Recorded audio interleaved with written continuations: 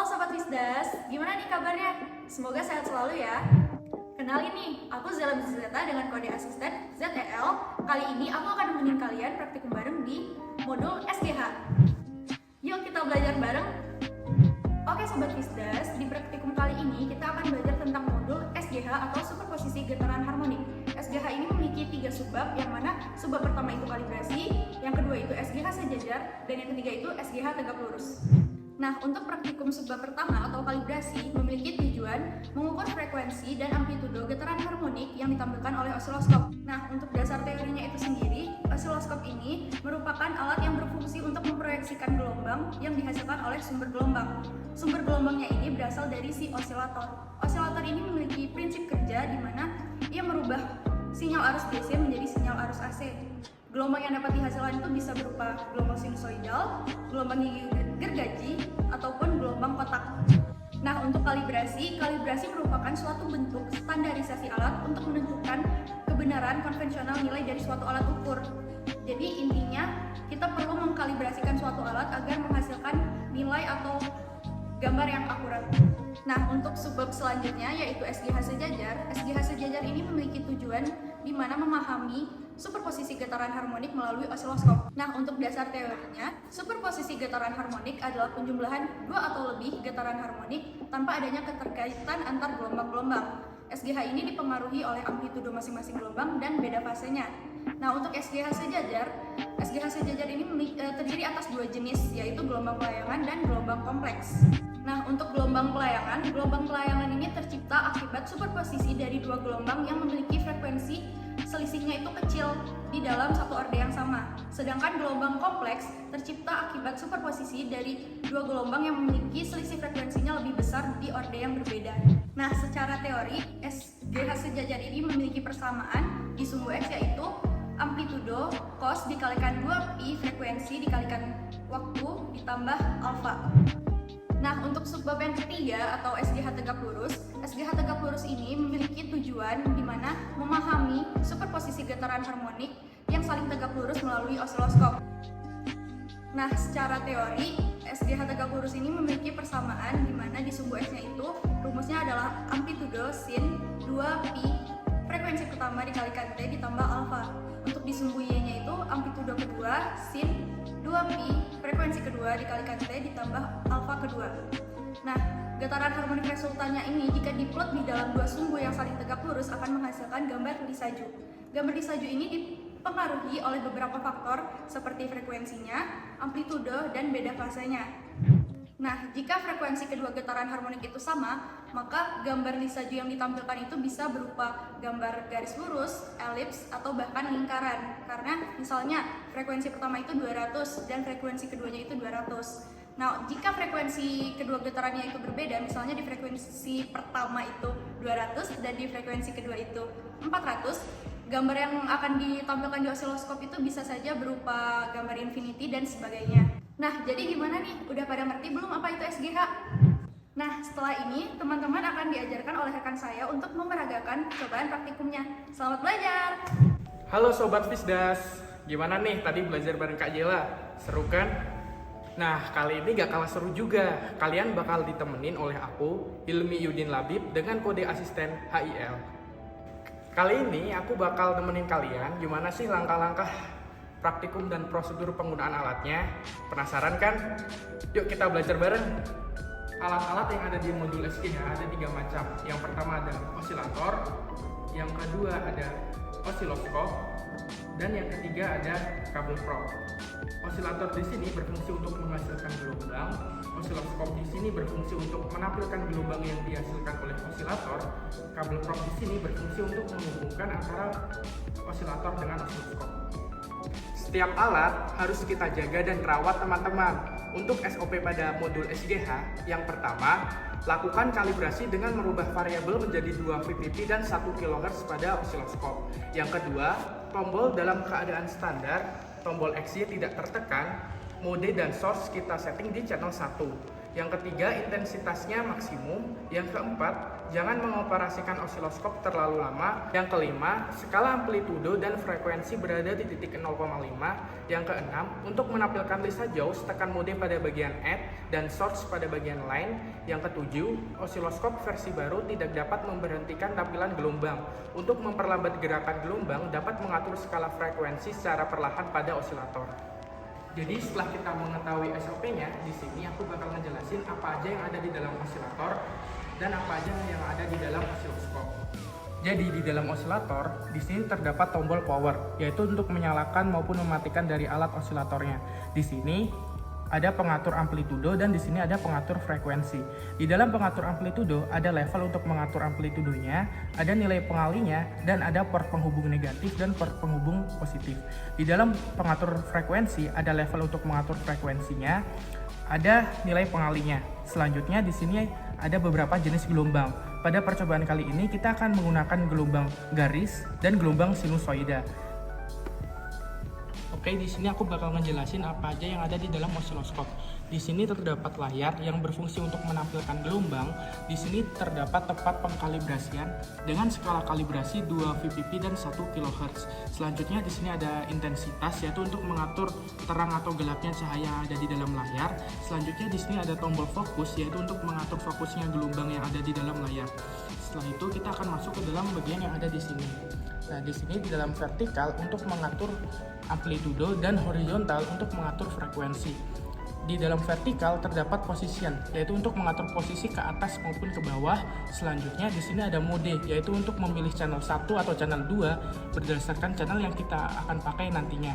Selanjutnya di sini ada volt per diff, yaitu untuk nilai pengali untuk mewakilkan satu kotaknya. Selanjutnya di sini ada variable, yaitu untuk mengatur kerenggangan suatu gelombangnya. Selanjutnya di sini kita masuk ke dalam sumbu horizontal, yaitu untuk mengatur frekuensi. Di sini ada position, yaitu untuk mengatur posisi ke kanan maupun ke kiri. Selanjutnya ada temper diff, sama seperti yang ada di dalam vertikal, yaitu untuk nilai pengali untuk mewakilkan satu kotaknya. Selanjutnya ada sweep variable, yaitu sama seperti yang ada di variable, yaitu untuk meregangkan gelombang yang ada di dalam layar. Selanjutnya pada trigger yang kita gunakan hanya pada bagian source, di mana di sini kita dapat memilih channel 1 maupun channel 2 berdasarkan channel yang kita akan pakai nantinya. Selanjutnya di sini ada port penghubung untuk channel 1 dan channel 2. Jadi pada modul SGH terdapat 3 subbab materi. Yang pertama adalah kalibrasi, yang kedua adalah SGH sejajar, dan yang ketiga adalah SGH tegak lurus. Jadi kali ini aku bakal ngejelasin bagaimana cara melakukan percobaan pada subbab yang pertama, yaitu kalibrasi. Di dalam kalibrasi terdapat 2 kali percobaan, yaitu kalibrasi osiloskop dan kalibrasi antara osiloskop dengan osilator. Jadi di sini aku bakal melakukan percobaan yang pertama, yaitu kalibrasi osiloskop. Untuk alat dan bahan yang kita butuhkan yaitu 1 buah osiloskop dan 1 buah kabel prop. Di sini untuk SOP-nya kita harus menghubungkan semua alatnya sebelum kita colokkan ke listrik. Jadi di dalam kabel prop terdapat 2 ujung. Yang pertama ujung yang berbentuk bulat dan ujung yang berbentuk capitan. Di sini saya akan masukkan ujung yang berbentuk bulatnya ke channel 1. Di sini terdapat lubang. Kita pasin dengan lubang yang ada di port penghubungnya. Setelah kita masukkan, kita kunci dengan searah jarum jam. Setelah itu kita akan capit ke tempat pengkalibrasian pada capitan yang merah. Jadi untuk SOP-nya setelah semua alat terhubung, kita boleh menyalakan alat osiloskopnya dengan cara menyambungkan ke listrik. Setelah itu kita dapat menyalakan alat osiloskopnya. Jadi di sini kita akan menentukan gimana caranya untuk mendapatkan 2 VPP dan 1 kHz yang ada di sini. Di sini karena memakai channel 1, kita ubah source-nya pada channel 1 dan mode-nya pada channel 1. Setelah itu kita dapat mengatur tinggi dan rendahnya suatu gelombang dengan cara memutar tombol variabelnya dan mengatur posisinya untuk mempermudah melakukan pembacaan. Jadi di sini aku bakal mencari tahu gimana sih caranya buat mendapatkan 2 VPP yang ada di sini. Di sini karena nilai pengalinya 0,5, jadi butuh berapa kotak dengan nilai pengalinya 0,5 untuk menghasilkan 2 VPP yang ada di sini. Kita membutuhkan 4 kotak untuk menghasilkan 2 VPP. Dapat mengatur pada tombol variabelnya. Selanjutnya kita dapat mengatur posisinya untuk mempermudah pembacaan gelombangnya.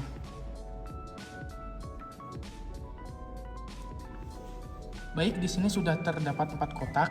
Dari mana? Dari 1, 2, 3, 4. Setelah kita mengkalibrasikan amplitudonya, kita akan mengkalibrasikan yang frekuensi dengan satuan yang ada di sini, yaitu 1 kHz. Kita dapat mengatur pada sumbu horizontal untuk mengatur posisinya. Di sini sama seperti yang ada di dalam amplitudo, yaitu butuh berapa kotak dengan nilai pengalinya 0,5 yang ada di sini untuk menghasilkan 1 kHz. Kita membutuhkan 2 kotak. Kita dapat mengatur posisinya. Nah, ini sudah 2 kotak. Gimana cara membaca 2 kotaknya? Di sini dari kepala menuju ke kepala atau ekor ke ekor. Jadi ini sudah 2 kotak. 1, 2. Jadi setelah kita mengkalibrasikan pada channel 1, kita juga harus mengkalibrasikan pada channel kedua. Nah, untuk SOP-nya kita harus mematikan alat osiloskopnya terlebih dahulu, lalu kita pindahkan yang ada di channel 1 ini, kita pindahkan ke channel 2, lalu kalibrasi sama seperti yang ada di channel 1 tadi. Jadi setelah melakukan percobaan kalibrasi pada osiloskop, di sini saya akan menjelaskan bagaimana cara untuk melakukan percobaan kalibrasi antara osiloskop dengan osilator. Di sini untuk SOP-nya kita harus mematikan dulu alat osiloskopnya. Setelah itu kita hubungkan pada capitan yang hitam dan merah ini ke dalam osilator. Setelah itu kita dapat menyambungkan osilator ke dalam listrik. Jadi setelah semua alat terhubung, kita dapat menyalakan alat osiloskopnya dan osilatornya. Jadi pada percobaan kali ini kita akan membandingkan apakah hasil yang dihasilkan oleh osilator apakah sama dengan hasil yang dibaca oleh osiloskop. Di sini saya akan membuat perbandingan yang di amplitudonya kita setting di 1 dan frekuensinya 600. 1 itu dari mana? Kita setting di sini. Untuk levelnya kita atur di 5, dikalikan dengan nilai pengalinya 10, yaitu 50, tapi jangan lupa dikalikan dengan satuan yang ada di bawahnya, yaitu kali 20 mVpp. Jadi tadi 50 dikalikan 20 itu 1000 mVpp. Dari mVpp ke VPP itu naik 1 tingkat atau dibagi 1000. Jadi hasil yang kita peroleh tadi 1000 dibagi dengan 1000 itu hasilnya 1. Selanjutnya kita atur pada frekuensinya, yaitu pada 600. Kita bisa atur di levelnya itu di 6 dengan nilai pengalinya 100. Jadi untuk amplitudonya 1 dan frekuensinya 600 akan menghasilkan gelombang seperti ini. Selanjutnya kita harus membaca gelombang untuk membandingkan apakah amplitudo dan frekuensi yang dihasilkan oleh osilator sama dengan gelombang yang ditampilkan oleh osiloskop. Jadi di sini aku bakal membaca yang amplitudo terlebih dahulu. Kita dapat mengatur posisinya untuk mempermudah pembacaannya. Nah, amplitudo itu apa? Amplitudo itu adalah simpangan paling jauh dari suatu gelombang. Jadi kita bisa menghitung simpangan paling tinggi dan simpangan paling rendah dari suatu gelombangnya. Hasil yang kita peroleh pada percobaan kali ini adalah 2 kotak. Di sini aku bakal membaca yang frekuensi. Frekuensi itu apa? Frekuensi adalah panjangnya gelombang di setiap detiknya. Jadi di sini aku bakal membacanya dari kepala menuju kepala yang ada di sini atau kepala menuju ekor yang ada di sini. Kita dapatkan 1, 2, 3 kotak lebih 1 garis. Jadi hasil yang kita peroleh dalam melakukan percobaan untuk amplitudonya itu 2 kotak dan frekuensinya itu 3 kotak lebih 1 garis. Nah, untuk menghitung amplitudonya itu bagaimana? Yaitu jumlah kotak yang kita peroleh tadi 2 kotak dikalikan 0,5, hasilnya 1 VPP. Nah, hasil yang kita peroleh ini sama dengan hasil yang dihasilkan oleh osilator, yaitu 1. Jadi pada percobaan amplitudo itu sudah berhasil. Pada frekuensi kita peroleh 3 kotak lebih 1 garis. Nah, setiap garisnya itu hasilnya 0,2. Nah, untuk bagian frekuensi kita peroleh 3 kotak lebih 1 garis. Nah, di setiap garisnya itu nilainya 0,2 kotak. Jadi tadi yang kita peroleh 1 garis kita ubah ke kotak. Jadi 1 dikalikan 0,2 hasilnya 0,2. Jadi kita peroleh 3,2 dikalikan 0,5 hasilnya 1,6 milisecond. Nah, ini kan satuannya masih milisecond. Kita ubah ke hertz dengan rumus F sama dengan 1/T. sama dengan 1 per hasil P dikalikan 10 pangkat min 3. Nah, di sini kita peroleh sama dengan 1 per 1,6 dikalikan 10 pangkat min 3. Agar 10 pangkat min 3-nya ini positif, kita ubah posisinya menjadi ke atas. Jadi 10 pangkat 3 dibagi 1,6 atau 1000 dibagi 1,6. Hasilnya 625 Hz. Nah, untuk hasil yang dibaca oleh osiloskop adalah 625 Hz, sedangkan hasil yang dihasilkan oleh osilator adalah 600 Hz. Kenapa bisa berbeda? Karena ada ketidakpastian dalam melakukan percobaan. Selanjutnya, untuk percobaan dengan amplitudo dan frekuensi yang berbeda akan dilakukan di minggu praktikum ya teman-teman. Baik teman-teman, setelah kita melakukan percobaan pada subbab kalibrasi, kita akan melanjutkan percobaan pada subbab yang kedua, yaitu subbab SGH sejajar. Di dalam SGH sejajar terdapat 2 kali percobaan, yaitu untuk menggambar gelombang pelayangan dan gelombang kompleks. Jadi pada percobaan kali ini kita akan hubungkan osilator dengan osiloskopnya terlebih dahulu.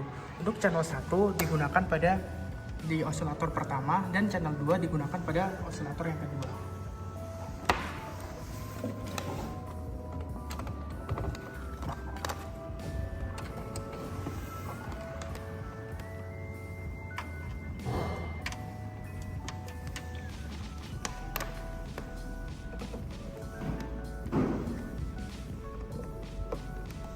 Setelah semuanya terhubung, kita dapat menyalakan osiloskop dan osilatornya.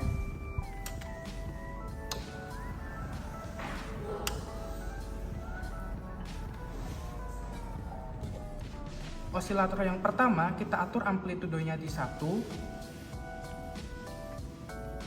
Selanjutnya untuk frekuensinya kita atur di 600. Jangan lupa di sini kita akan menggunakan gelombang sinusoida. Sedangkan untuk osilator kedua, amplitudonya kita atur di 1,6 dan frekuensinya kita atur sama dengan osilator yang pertama, yaitu 600 Hz. Selanjutnya, untuk menggambar gelombang di channel 1, kita dapat mengubah mode-nya ke channel 1 dan source-nya pada channel 1. Ini adalah gambar gelombang di channel 1.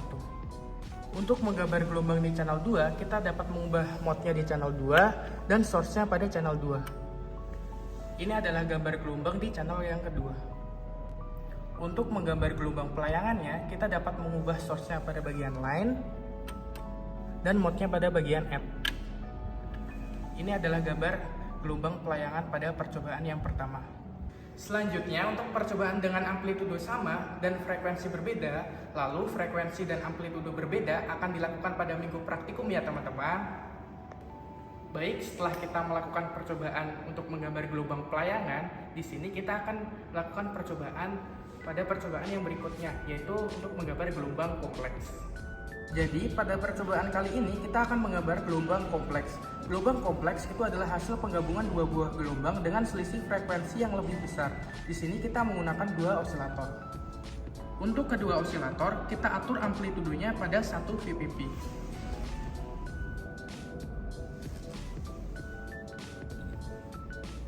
Dan di sini kita akan membandingkan frekuensi yang ada di osilator pertama pada 6000 Hz dan 60000 Hz. Di sini aku akan melakukan percobaan pertama, yaitu osilator pertama kita atur frekuensinya di 6000 Hz.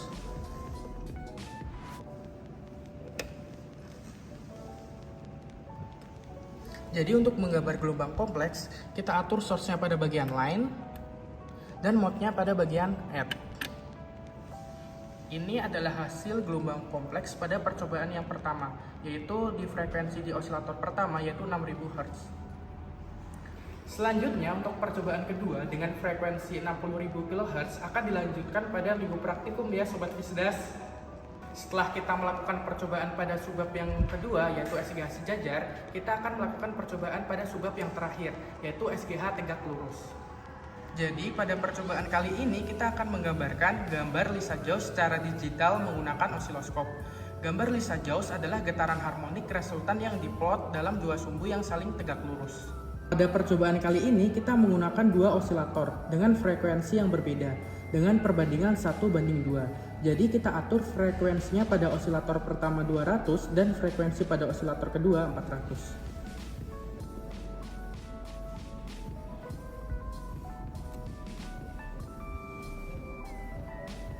Selanjutnya untuk menggambar gambar Lisa Jones, kita dapat mengatur source-nya pada bagian X dan Y dan mode-nya pada bagian X dan Y. Selanjutnya kita tekan tombol X dan Y yang ada di sini.